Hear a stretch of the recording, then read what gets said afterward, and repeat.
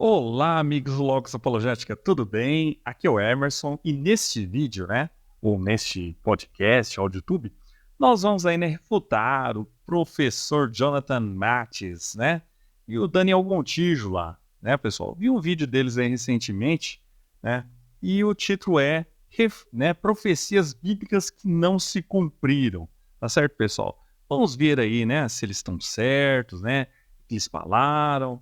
Certo, pessoal? Então, desde já peço para que vocês curtam, inscrevam-se no meu canal aí, tá bom, pessoal? E vejam se vocês estão recebendo as notificações, é muito importante, tá bom, pessoal? Ver se vocês estão aí vendo, tá, pessoal? Então, nós estamos aí testando esse formato. Se vocês gostarem, eu faço mais esse estilo, e é muito mais rápido de fazer, certo? Que assim eu posso responder mais aí e trazer mais conteúdo aí para vocês. Tá bom, pessoal? Responder aos céticos aí também, tá? Então, aqui, no caso, vemos aqui o professor Jonathan Mates, Liga assim o nome dele, onde ele alega, primeiro, aqui, nós vamos falar aqui a ligação dele e, em seguida, a nossa resposta, a nossa refutação, tá? A minha refutação, tá? Então, a primeira afirmação dele aqui, ele fala, a maioria das profecias bíblicas são historicizações, historicizadas, Vamos ver já o que é isso, pessoal? A ideia de que a maioria das profecias bíblicas são reescritas posteriormente aos eventos descritos é um argumento frequentemente usado por críticos. No entanto, essa tese não é amplamente aceita por estudiosos. A crítica histórica moderna demonstra que muitas profecias da Bíblia foram escritas antes dos eventos e verificadas depois. Por exemplo, a profecia de Isaías sobre a queda da Babilônia, está lá em Isaías 13, 17 e 19, foi proferida muito antes da destruição da cidade pelos medos e persas. O livro de Daniel, que contém visões detalhadas de impérios futuros, é debatido, mas é importante ressaltar que muitos eruditos conservadores acreditam que ele foi escrito no século VI a.C. e não no século II, como defendido por críticos historicistas. Essa afirmação desconsidera a evidência textual histórica que sustenta que muitas das profecias foram escritas antes dos eventos descritos, tá? Então, nós já falamos sobre isso, tá? Que nós já falamos. Além disso, profecias como a de Daniel, especialmente nos capítulos 7 ao 12, foram reconhecidas por estudiosos. Nós já falamos sobre isso, em outros lugares aqui no Logos, como previsões antes dos eventos, como o surgimento dos impérios persa, grego e romano. Certo, pessoal? Além disso, a crítica de que algumas profecias são historicizadas, quer dizer, escritas depois dos eventos, precisa ser contextualizada dentro do método profético hebraico. No contexto bíblico, as profecias frequentemente têm uma dimensão dupla ou múltipla de cumprimento, com um cumprimento parcial imediato e outro no futuro. Isso é conhecido como perspectiva profética telescópica. Por exemplo, a profecia de Isaías sobre o nascimento de Emanuel, Isaías 7,14, teve um cumprimento imediato no contexto do profeta, mas também foi interpretada como referência ao nascimento de Jesus no Novo Testamento. Está lá em Mateus 1, 22 e 23. Tá, pessoal? Então, já refutei isso também do Antônio Miranda, também, sobre essa questão de historicização. Ele inventou esse termo lá, e provavelmente puxado de um autor americano. Então, nós vemos que isso não existe, pessoal. Não existe profecia historicizada. Isso é uma invenção desses ateus e céticos aí, tá bom, pessoal? Isso, tá?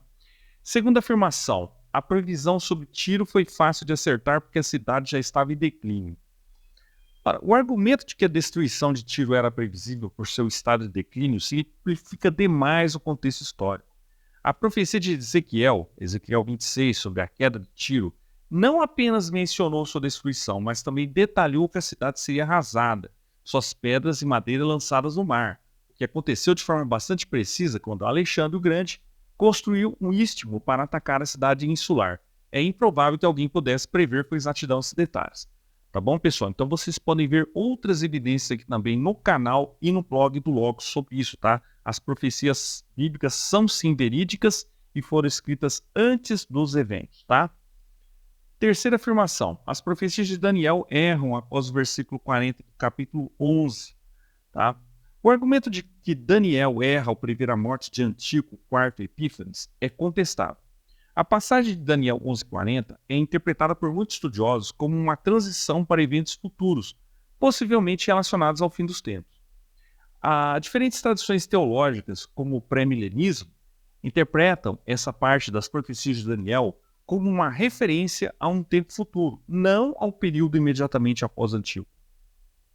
A crítica de que Daniel errou ao prever a morte de Antíoco IV Epífanes, a partir do verso 40 do capítulo 11, ignora o estilo apocalíptico da escrita de Daniel.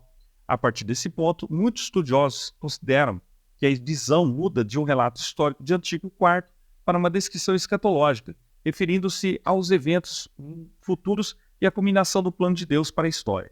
Essa mudança de foco é comum na literatura apocalíptica, que frequentemente utiliza figuras históricas como símbolos para eventos futuros. Assim, Daniel 11:40 ao 45, ao invés de errar sobre a morte de Antíoco, está apontando para eventos ainda não realizados, possivelmente relacionados ao fim dos tempos. Pessoal, se vocês quiserem saber mais, se aprofundar no assunto, responder aos céticos, eu recomendo aqui o Manual Bíblico das Questões Polêmicas da Bíblia, tá? O link oficial aqui está na descrição. E quem quiser se formar e aprender muito mais, recomendamos o Combo Acadêmico de Teologia. O site oficial está aqui na descrição, tá bom? Além disso, é importante notar que a própria precisão do livro de Daniel até o verso 39 é notável e bem documentada. A crítica de que ele teria errado ignora o fato de que o livro é aceito por estudiosos como uma fonte confiável de profecias cumpridas. Quarta afirmação: Jesus previu o fim dos tempos em sua geração, mas isso não aconteceu. Tá? Olha só, essa é uma das críticas mais comuns, né? O Tonho lá fala muito isso, né? O texto frequentemente citado é Mateus 24:34, né? Onde Jesus afirma que essa geração não passará até que todas essas coisas aconteçam.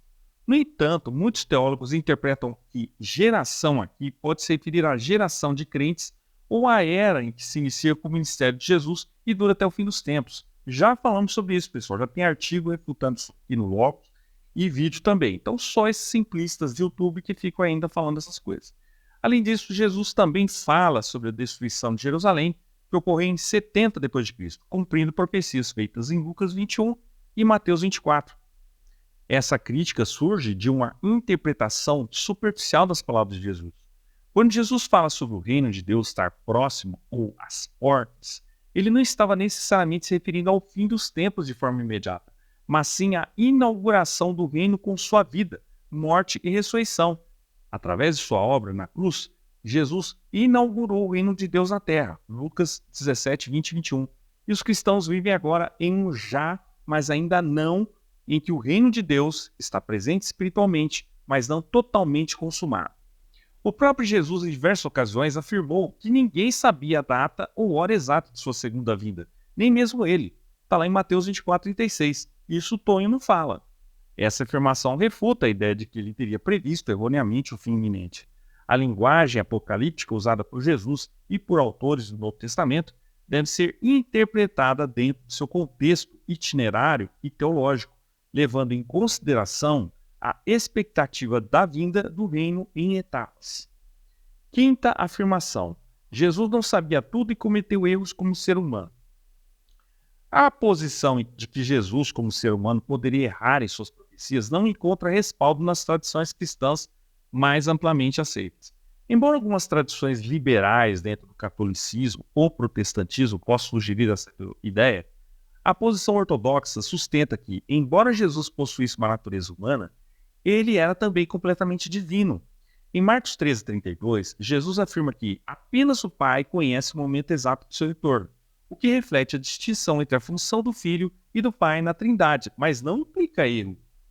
A interpretação de que o Armagedon seria uma batalha local entre romanos e persas no século II é uma leitura limitada do texto de Apocalipse. O livro de Apocalipse é amplamente reconhecido como literatura apocalíptica, que usa imagens simbólicas e linguagem figurativa para descrever realidades espirituais e futuras.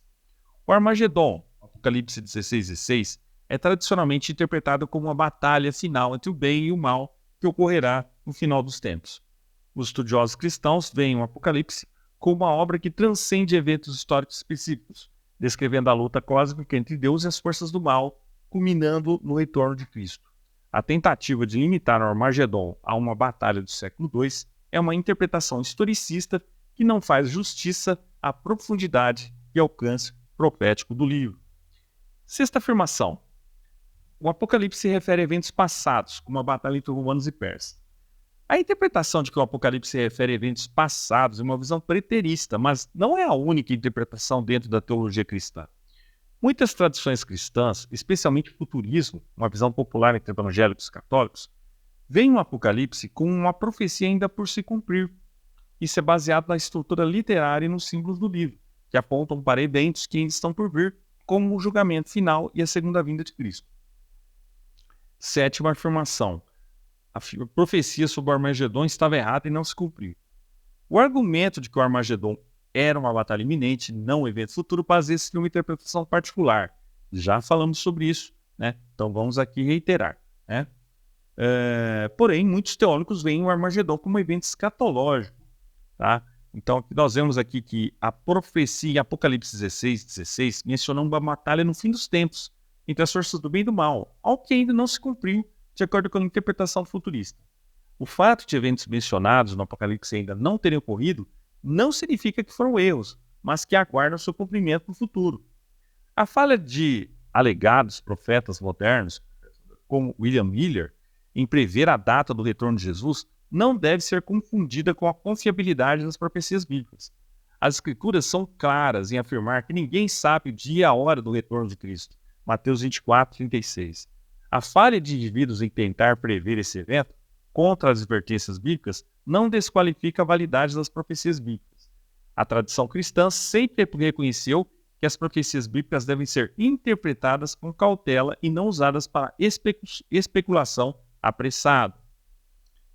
Então, pessoal, concluindo, o vídeo do professor Jonathan Mattes apresenta uma série de críticas baseadas em interpretações limitadas, em alguns casos falhas das profecias bíblicas.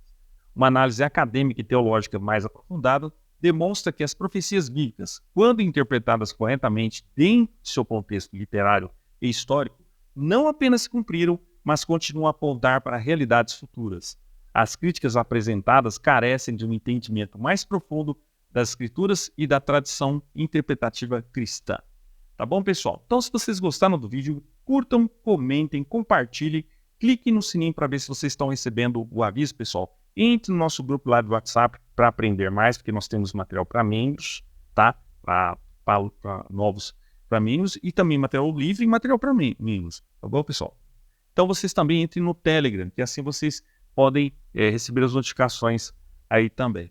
Tá bom, pessoal? Então é isso aí, um abraço e até mais.